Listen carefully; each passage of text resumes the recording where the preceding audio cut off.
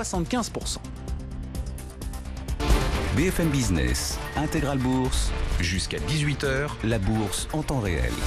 Grégory Volokin en duplex avec nous depuis New York, président de Mescard Financial Services. Grégory, qu'est-ce qu'on peut dire de l'ambiance chez vous? Alors nous, on a fait moins 10% en 3 semaines sur les actions européennes. En termes d'ampleur, la correction est moins importante aujourd'hui à Wall Street, mais on voit bien quand même que l'ambiance est assez différente depuis quelques jours ou quelques semaines. Oui, on ne peut pas dire que l'ambiance soit bonne parce que comment on juge l'ambiance? En fait, on juge l'ambiance par la réaction qu'ont les investisseurs aux publications des résultats. N'oubliez pas que ça fait des semaines que tout le monde vous répète attendons de voir enfin ces résultats des entreprises, ça va stabiliser les marchés.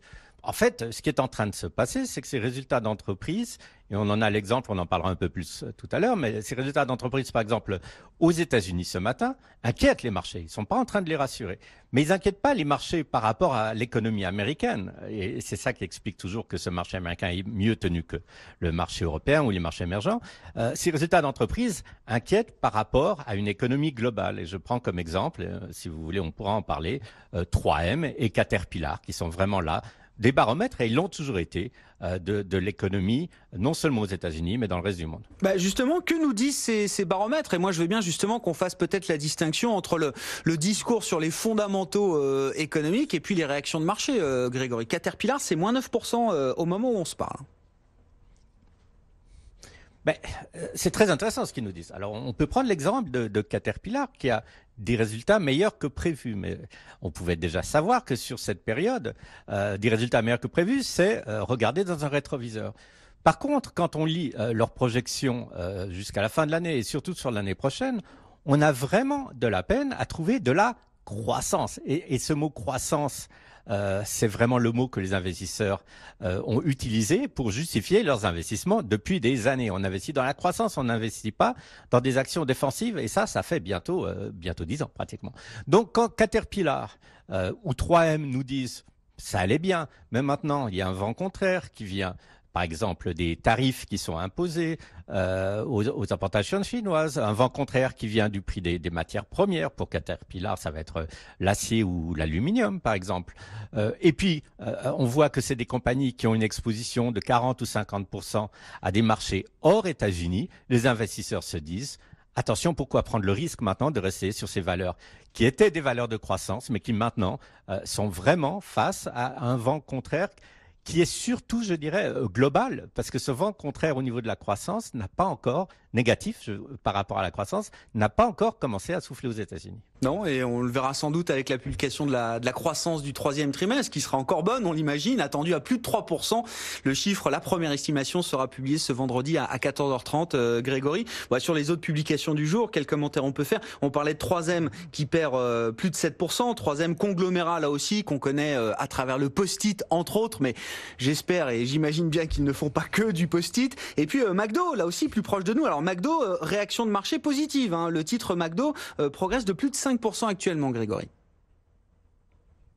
Oui, alors les résultats de McDo, c'est tout ce qu'un investisseur voudrait actuellement. C'est des ventes à magasins comparés, donc à restaurants comparés, en hausse aux États-Unis de 2,4%, ce qui est quand même bien. Il faut se souvenir que c'était des chiffres négatifs il y a quelques années. Mais globalement, pour McDo, une hausse supérieure à 4%.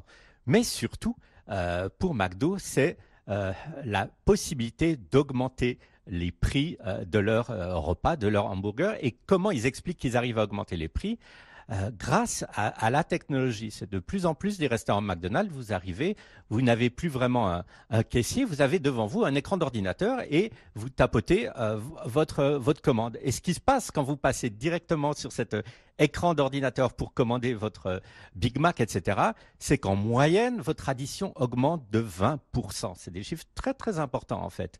Et là, je dirais que McDonald's est peut-être en train de révolutionner le fast-food s'ils arrivent à augmenter les prix du fast-food. Évidemment, ils en profitent énormément, et c'est exactement actuellement ce qu'un investisseur veut avoir, de la croissance, la possibilité d'augmenter ses prix. Et pour le moment, je dirais, évidemment, même dans une économie globale qui ralentit, ça n'empêche pas les gens justement d'aller dans des restaurants qui restent bon marché. Bon, McDo, effectivement, tout ce dont les investisseurs ont envie aujourd'hui. Le titre gagne 5-6% cet après-midi. On a une réaction positive également aux résultats de United Technologies. Là aussi, un gros conglomérat, les moteurs dans l'aérien, les moteurs Pratt & Whitney, par exemple, ou encore les ascenseurs Otis. Le groupe a relevé ses prévisions. Je crois, le titre United Technologies gagne 1,5% cet après-midi. Grégory, puis il faut qu'on dise un peu un mot de politique. Donald Trump est en train de promettre de nouvelles baisses d'impôts après les élections de mi-mandat, et un projet va être déposé au Congrès, je crois, Grégory, pour tenter de faire baisser de 10% les impôts des classes moyennes, des revenus moyens aux États-Unis. Je dis tenter de baisser de 10% parce que tout ça reste suspendu quand même au résultat des élections de mi-mandat, j'imagine. Oui, absolument, mais en fait, dans le discours de Trump, c'est l'intention qui compte, parce que c'est sur ces intentions que les électeurs vont aller voter. Et je dirais pas qu'il y a une vague de fond qui est en train de propulser les républicains vers une victoire électorale. C'est un peu trop tôt pour le dire, sauf qu'on sent vraiment plus que des frémissements. Et je ne ferai plus aujourd'hui le pari que les démocrates vont emporter cette fameuse Chambre des représentants dont on parle tellement. Alors, pourquoi c'est intéressant pour les investisseurs? Pour les investisseurs, en fait, si maintenant on réfléchit que peut-être les républicains vont garder le contrôle des deux chambres et de la Maison-Blanche, ça sera peut-être ça qui va sauver le marché. Parce que oui, on va reparler de baisse d'impôts, c'est certain. On va parler de pérennisation des baisses d'impôts qui existent déjà. On parlera toujours d'une politique économique favorable pour les marchés. Et puis en attendant, même au niveau commercial, je dirais, Trump pour le moment a marqué des points.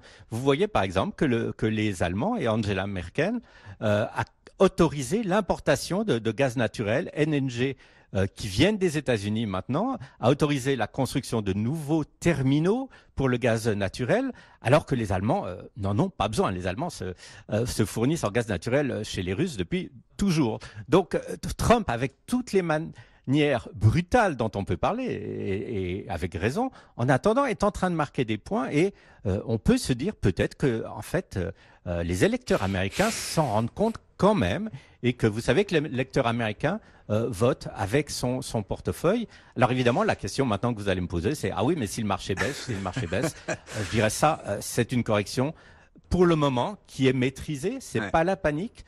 On pourra passer peut-être à un autre niveau, mais pour le moment, Trump a très bien expliqué les choses à sa façon pour les élections. Il a dit quand il monte ce marché, c'est grâce à Donald Trump. Quand il baisse, c'est à cause de la Fed. Bon, et pour l'instant, oui, il a baissé le marché américain, mais quand même beaucoup moins que le reste du monde. On doit perdre 5-6% peut-être sur le S&P 500 par rapport au pic historique qu'on atteignait encore fin septembre, hein, il y a quelques semaines à peine sur le marché américain. Grégory, un mot pour finir peut-être de Tesla. Je ne sais pas si vous avez vu l'info, mais le titre Tesla là qui se démarque aujourd'hui avec une hausse d'un peu plus de 6%. Le short seller Citron Research a annoncé qu'il n'était plus short justement sur la valeur Tesla. C'est-à-dire qu'il ne vendait plus à découvert le titre Tesla.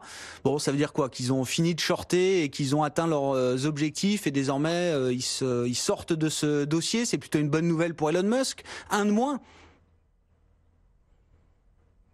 Je dirais que vous avez exactement la réponse que j'aurais donnée. C'est-à-dire qu'un short seller fait un bon travail quand il arrive à identifier une valeur, que cette valeur baisse et qu'il réalise des profits. Ça a été le cas de Citron, c'est sûrement le cas de beaucoup d'autres short sellers. Et qu'est-ce que dit Citron? Il dit que actuellement, en fait, il y a un flux de nouvelles plutôt positives pour Tesla, et que le risque pour Tesla, c'est que le titre monte. Donc, comme investisseur qui avait vendu à découvert, je trouve que c'est plutôt intelligent de leur part de dire bon, passons à autre chose. C'est en fait ce que doit faire un bon investisseur. Maintenant, la vraie question, c'est est-ce que Citron connaît des choses sur Tesla que nous ne connaissons pas? Alors là, j'en doute vraiment. Je pense que beaucoup de choses sont connues. Quand on investit dans Tesla, on a les données en main.